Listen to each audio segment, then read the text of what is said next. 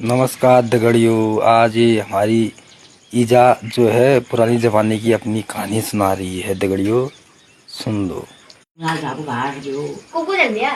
केठुरियामा त लल्लगी बुढोबुढी कुर्दिरी कतु बाजी उठ चल दिया सबै यो बिहान आयो भयो बिहान कतु बाजी 7 बजे 7 बजे रात कतु बाजी चल दिया खाना खाइदिएर भात रोडबाट खाइदिएर 5 बजे रात अरे 8 बजे उठ्दा हुँदैन पापा इनके कर दिया पप्पा नानो भेटेर के जान नै भर्ती हो यो अरे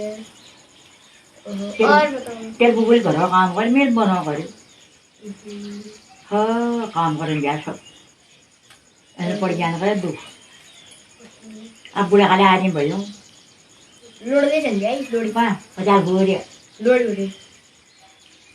उले पागल 50 गोरे बिहा यो मैले